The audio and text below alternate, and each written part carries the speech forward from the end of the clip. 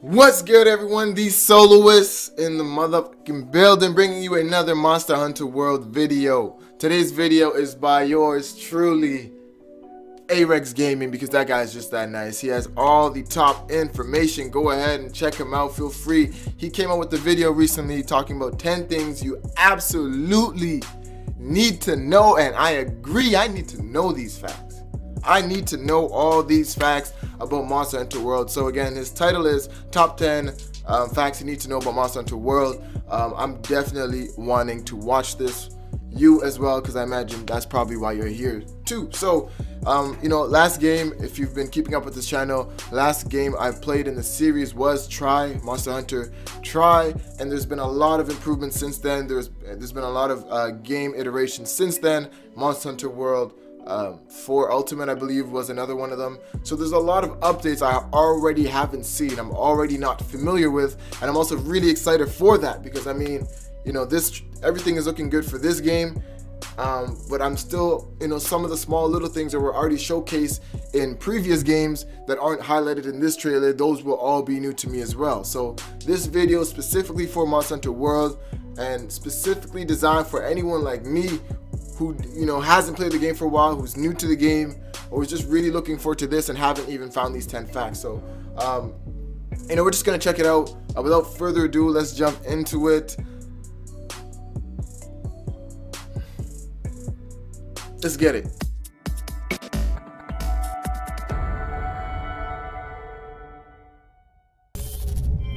Let's go. Yo, what's going on, guys? Arex here. Welcome back to another Monster Hunter World video. And today is an incredibly exciting day. It is very exciting. So much stuff to tell you guys, and so much stuff to share with you. Some of you guys may have already seen that I was in Japan last week, and while at the time I wasn't allowed to say why, many of you probably guessed it was Monster Hunter related. Capcom very kindly invited me to their HQ in Osaka, and I had a chance to sit down and play Monster Hunter World for 2 solid days. That was about 12 hours of overall game time, starting from the very beginning of the game, going all the way up to the 4-star quests, sadly having to stop just before I got a chance to fight Zora Magdaros. That fight is something that I'm still going to have to wait until January 26th to do. However, that aside, within those 12 hours of gameplay, I had a chance to check out tons and tons of cool stuff. I've seen loads of cool armor and weapons, fought a bunch of new monsters, explored more of the ancient forest and the wildfire waste, experienced some of the cinematic campaign, met some of the noteworthy characters, spent time in Astera, the hub town, and more. Honestly, I've got enough information to give you guys stuff to watch for quite some time. So expect lots of Monster Hunter World videos over the coming weeks and months. But since there's so much stuff to go through, I thought we'd begin by wrapping up some of the really cool new features, changes, and quality of life updates that I had a chance to experience during my time. So this is exactly what we came here for. We came here to see 10 things that he can only experience. Again, he just said he went to Japan and played for 2 days straight. I wish I was able to do this. That's one of my goals. Hopefully I get invited to one of these one day. But yeah, it should be some pretty interesting stuff he has to say. Some of these are big, others are small, but they're all incredibly awesome and just help go towards making the game even more amazing. So, here are 10 awesome new features coming to Monster Hunter World. If you do enjoy this, then a like would be super appreciated, and if you have any questions, by all means, let me know in the comments down below. Now, to begin with, let's dive in at number 1 and talk about bounties and investigations. Okay, I know. For those of you new to Monster Hunter, then in the past, quests have always been lumped together in one of 2 main locations. Either village, i.e. offline quest you do solo, and in the Hunter's Hub being the quest you do with other players. But in Monster Hunter World, they've done away with the separation, and every single quest can now be done either solo or with friends, and the quest then scales to reflect this choice. However, something else we've always had to deal with in the past is the way in which these quests were grouped. Among the main hunting quests that you're ultimately here to do, there have always been the other, what I typically refer to as filler quests. Things like go out and collect 10 herbs, 10 mushrooms, mine 10 ores, kill 20 of these small monsters, kill 50 of these small bugs. All of those monotonous quests that, let's be honest, weren't really that exciting. The further you progress in the game, the fewer of these you encountered, but regardless, they all form part of the overall quest pool. Well, in Monster Hunter World, those quests still exist, but in a much, much better way. Now, I can't actually show you guys the specific menus for this, since some stuff is still in development, and there's just some stuff that I can't show you, but I am still allowed to talk about. But this area here, this is your resource center, and speaking to these NPCs will allow you to register bounties, manage investigations, and complete deliveries. But what exactly are they? Well, let's start with bounties. Bounties are a way to take on those filler quests of old, but now you can do them passively, whilst focusing on the wider task at hand. The task that you are ultimately playing the game for. Thank you. And that is, of course, to hunt monsters. Thank you. That is a big deal because, again, that is how RPGs are usually set up, where you're doing these small mini quests where you talk to those random people in villages or things like that, and you can you ask them for that, but you're actually there for a main quest. And then let's say you go out, you have to, mine mush or mine certain ores or things like that. You can do that on your way to fighting something else. Like, that is a much, much better system. Definitely much better system. You can carry up to 6 bounties at a time, and these can range from things like collect 10 herbs in the ancient forest. Exactly. Slay 20 bugs, catch 5 beetles, etc. See, like I said, it's the little things, guys. It's the little things I'm looking forward to. Things like this that I've already missed. Or gather quests can now be collected as bounties Ooh, that can be completed passively. Let's say you are out in the ancient forest on a quest to hunt Anjanath. If you've also picked up bounties, then as you pass herbs, mining nodes or bugs, you can work towards completing those bounties at the same time. They can also be completed gradually, so you don't have to do them all in the same quest, so all of a sudden, those quests that used to be a pain, things you had to specifically go out to complete, are now suddenly so much more enjoyable because you're able to do them as you go at your own pace. That is Investigations, sick. On the other hand, these are a little different. These are your more conventional hunting quests. They're optional and don't form part of the main key quest line, but when you unlock them, you can register them, and you can then embark on those quests by speaking to the handler. Completing them will not only give you the usual post-quest rewards, but these investigations also have a selection of other rewards on top. Typically useful items, but they're still worth doing. And delivery quests, well, these you should be familiar with. These are usually something to help out the village, and they just require X number of a particular item to be handed in. Which I like. Which I really like that idea that you have these quests that really help out the village, because again, it grounds the game.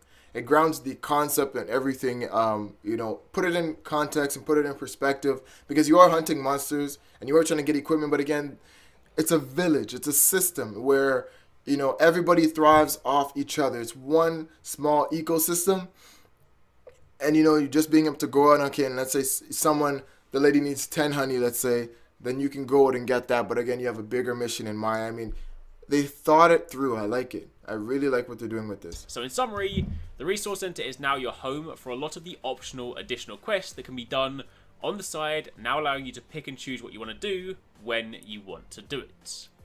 However, moving on from there to number 2, this actually ties quite nicely in with the Resource Center, and that is a clear key quest line. Again, for this series, then among all the available quests, there have always been what are known as key quests. These are quests that you must do in order to progress through the game, raise your hunter rank, and advance the story. In the past, these weren't called out in game specifically, so you would just need to complete quests until you accidentally trigger the necessary ones, or if you're playing later on, then you would go to a website like the Monster Hunter Wiki and check the list of key quests. Well, now that's a thing of the past. When you speak to the handler, at the top you have your assigned quests. These are the main key quests that form part of the story. Every single one of these needs to be done, but you won't find any additional filler quests here. Those can instead be found down below under either optional or investigations. I like this. So, looking to just experience what the game has to offer and progress gradually, following the assigned quests is how you'll go about that. Similarly, for the veteran players out there also looking to, say, burn through and open up the map and fight new monsters, again, the assigned quest will be your golden line. These can all be repeated, so when you ultimately want to start farming something, that is of course an option, but at least in World, the key quest guessing game is no longer a thing. Now you very clearly know what's important and what is optional. After that, jumping over to number 3, we have daily bonuses. Now again, this is something I can't show you the specific menu for, but this is something I've encountered twice in my time playing, since my playtime in Japan was split over 2 days. A daily bonus is pretty much what you think it is. It's a bonus that you can get daily. In the bottom right corner of the screen, when you log in each day, you'll notice this little prompt. When you press the button, a pop-up will appear and you'll get a bonus item, as well as a bonus voucher. The item will usually be something like 3 pieces of honey or herbs, those sort of useful items. And the voucher is something you can use once to give you increased luck on a quest. Think of it like 18 for, say, Mega Lucky Cat in previous games. Sure, these items aren't exactly game-changing, but it's nice to be rewarded with something for logging in on a daily basis. If you fast forward a few weeks after launch, where you'll likely be endgame farming for a lot of armor and weapons, then I love that mounting. Will also be to log on in the morning or at some point during the day. I love the mounting to ensure feature. You can That's grab so your cool. daily items. I mean, they're free, right? You'd be silly not. If you guys know, is that something that was in Monster Hunter Ultimate, or is that just exclusive levels. to In this World? instance, I'm just going to Let me know in the comments. a few pages here since I can't show you absolutely everything in depth. But if you guys saw the TGS coverage, then you'd already be a little familiar with this area. In Astera, you have the research corner, and speaking to this old chap, you can monitor your progress. See, when you're out and about in the world, your scout flies actually serve two purposes. In the most basic form, they are your means to track the monster, should you wish. You can, of course, just roam around the map looking for it yourself, but interacting with footprints, mucus on trees, other monster-related items, and tracks, these will level up your scout flies and allow it to locate the monster.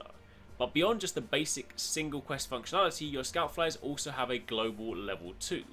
If you continue to interact with more monster tracks, you'll gradually level up your scout fly even further, and once you do, you'll unlock more information and more pages in the field guide, but you'll also unlock more scout fly bonuses. Okay, so let me get that right. Basically, you have these scout flies that have their own ability, but by following the tracks, you level them up. I'm not sure exactly how that would work. If you understand that more than I do, then leave that in the comments. But is it saying that if there's a track let's say of a certain animal, that if you walk along the track, then those level up by itself? I'm not too sure how that works. If you guys have a better understanding than I do, let me know about it.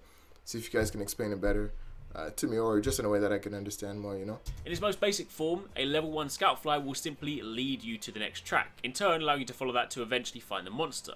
A level 2 scout fly will lead you directly to the monster.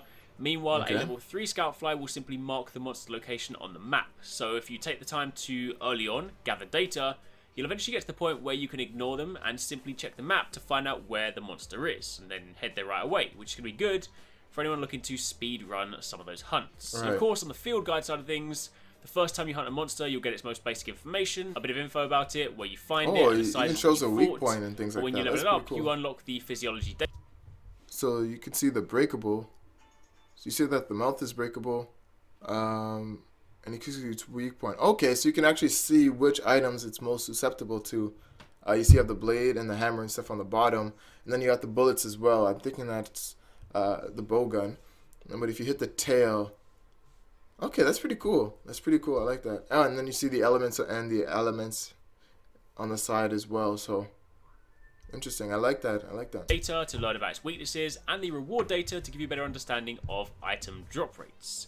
So think of this as something else to work towards whilst you hunt monsters time and time again. Moving on from and it there comes to back 5. I'm going to keep this one brief since this is something I can't show you guys, but I am still able to talk about, and that is your house. In every Monster Hunter game, you have a room or a house, a place to call your own. Right. You can sleep here, change your gear for your palico, and do a couple of other things too. In Monster Hunter World, you can also access the training room by speaking to your housekeeper cat, and we'll speak more about that in a moment. But what's more, you will actually gain access to different houses in game. I like this village. It's much bigger than that little port that I was used to being story, but it's something I learned while speaking to the developers in an interview which will be dropping on the channel later on today. And in fact, when you walk around Astera, you can encounter areas where I believe those houses will be. There's one about kind of halfway up. So I imagine as you kind of progress through, you basically just have the option to move between these locations and then just kind of get new houses. However, on top of that, you can also get house pets. See, when you're out in the wild, you have a net that you can fire from your slinger in order to catch bugs, birds, and other small creatures. What's cool though is that you can then release some of these creatures into your house and they will then roam around like pets. They don't serve any purpose, but it's still super cool, especially if you catch some of the rarer ones. That is so sick. That is so sick. I love adding features to the house because you could add like, I don't know if my imagination recalls correctly, but in your house you can have like certain chairs and things like that and try. So you can add bugs now from the wild. That's pretty cool. House that links nicely into number 6, the training room. The training room is something we got a very quick glimpse of at TGS, but having had the chance to dive in and test it out myself, I've got to say I am so incredibly happy with the way it's been integrated. Yes. The theories originally were that the training room might offer us a space to test weapons, but not to their fullest potential. Specifically with regards to, say, weapons like Charge Blade, which needs to generate files, or Insect Glaive, which needs to gather extracts.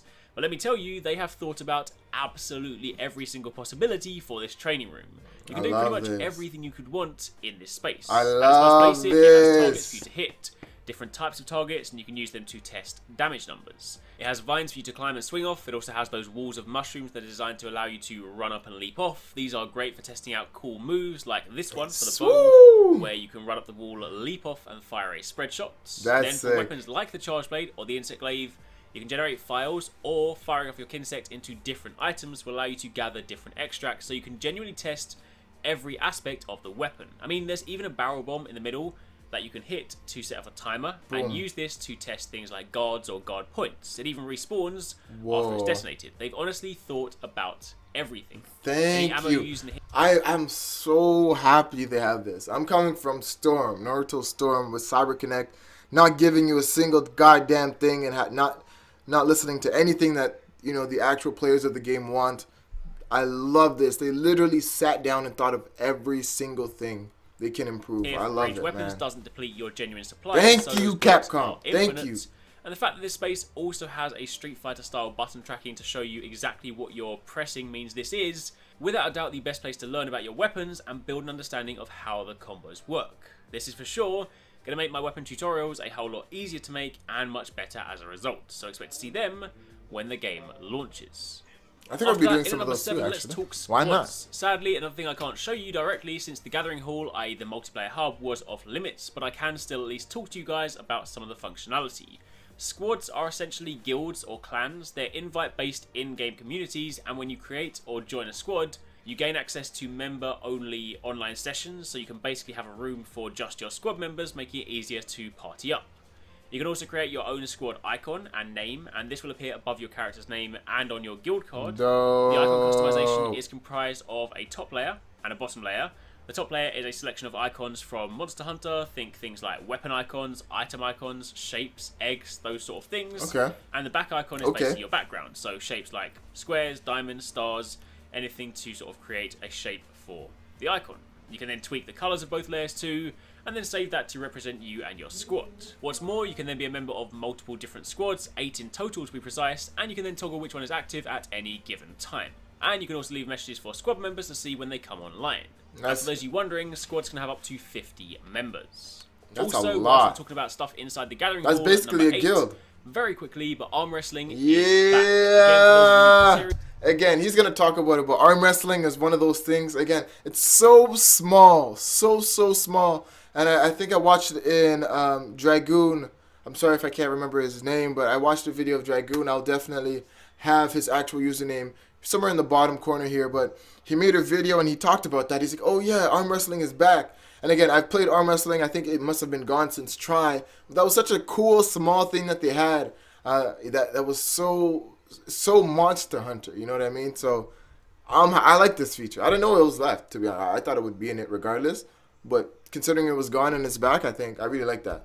It's staple. It's a staple. In previous Monster Hunter titles, when you were in the lobby waiting to go on a hunt, there was an arm wrestling barrel that you could interact with to challenge other players to arm wrestling matches. Yeah. In the most recent version of the game on 3DS, Monster Hunter Generations, that sadly wasn't present, but luckily, it's back in World. Then finally, for the last 2 points, we're heading over to the Smithy. Number 9, gear previews. Sure, in the past, you've always been able to see what individual pieces of gear look like in Monster Hunter, but what's cool in World is that you can now try those pieces on individually and as a whole set. So if you want to know what the new, say, Duratados armor looks like in full on your Hunter, you can. This also means if you're trying to piece together a mix set, you can also begin to get an idea of whether it will look cool or hideous in the process. And this also applies to your palico too, and for weapons, so you really can try before you buy. And then lastly, in at number 10, the wishlist feature. That's nice. This is so incredibly useful, and it's something that I made frequent use of during my time playing. I have you no go to idea Smithy, what this is. decide on the weapon or the gear that you want to make, but realize you're missing pieces, so you add them to the wish list, and you then go out on your quest, hunt the monster, carve it up, and every time you get a part for that gear, it'll come up on the side of the screen as a little pop-up. You can also check your wish list from the menu, but this means that you can passively work towards the set without having to constantly run back to the smithy to remind yourself how near or far away from completing the set you are. But that, my friends, is pretty much it for the time being. I like that. I have tons and tons of stuff to share with you guys. I like that. Cool stuff to talk about. So keep it locked because there will be plenty more videos coming over the next few weeks. This video made everyone want to use the Switch axe. That was a look at some of the amazing new features in Monster Hunter World. Features that both streamline and enhance the Switch gameplay experience. I'll have an interview dropping later on today that I recorded with some of the developers and producers, so keep it locked for that. But until then, thank you very much for watching. Take it easy. Catch you next time. Thank you, A-Rex. Thank you. Woo! So there you guys have it. A-Rex bringing us a beautiful piece. 10 things that we didn't know, and there were literally 10 things I had no idea about. Let me know if you guys are in the same exact boat as me. So many cool things. I like how he didn't choose, you know, the generic, simple things that you could just repeat over and over again. He really looked at the footage that he had and found 10 things that are small but make a huge difference to the overall satisfaction of the game, the overall playability of the game. I love the fact that they bring, for starters, arm wrestling back. I'm surprised they even took that out or just forgot about it or didn't put it in. I mean, that's just, I don't know. But anyways, doesn't matter. It's here now, so that's a really, really good thing. I like the fact that the last thing he said, when you go out on hunts, that if you can save it, or if you save it to your wish list when you go on hunts, it'll let you know when you have a piece that can go towards that. That is huge. That is really huge, because sometimes you're working towards not just one thing. You have like, let's say you have a helmet that you want to work on, but you also have certain parts of the legs that you want to work out, but it's two different parts of armor, but you want it because it looks good together, it looks pretty cool or something like that. Then you have the wish list and you have the items that go towards one and the other, and you don't have to keep track of it or visit over and over again, because those things take a lot of time. At least in Monster Hunter Tri, when I did play, it was a little bit annoying to just keep going back and forth. Was satisfying at the end of the day when you got it, but that's a very, very nice feature. So many good features in this. What else did he say? Like even I don't know, man. There's just so many things. Whoa. I need a second. This game is gonna be amazing. I hope you guys know that this game is gonna be amazing. Like, I can't even, in a way, I almost can't even remember half the things that we talked about in this video. That's how crazy it actually is. I just know that it's gonna be so much better. So let's see what else there was in it that I can remember. So we talked about, did they talk about anything with the palicos? No. The monsters, the teleporting, the sliding, even the sliding. I never knew about the sliding that they had in the video, where he was going down some sort of sandy part and he slid literally all the way down, all the way down the hill. That, even things like that. The Switch axe, if it is a Switch axe, was on display looking really, really nice. And honestly, guys, I can't even remember the other features. I'm actually drawing a blank on all of it, which is pretty crazy because I just watched it. Sorry. Chess, the chess. Winter's coming. But yeah. Like, there's so many good things in this video. This video has gone on for a long time, so I'm surprised if you're even still here. If you guys are, guys, I appreciate you all so much. I'm just loving making these videos, and the game hasn't come out yet. I promise you I'll make a lot more great content when the game actually does officially release, even in the beta. So a lot of this content's to come. If you're already subscribed to the channel, stay subscribed. Like this video. If you haven't, go ahead and click that subscribe button. We do this every motherfucking day. So yeah, without further ado, not without further ado, what am I saying? With that said, I think I'm going to conclude it there. So again, appreciate everybody. I will see you guys in a later video. Peace.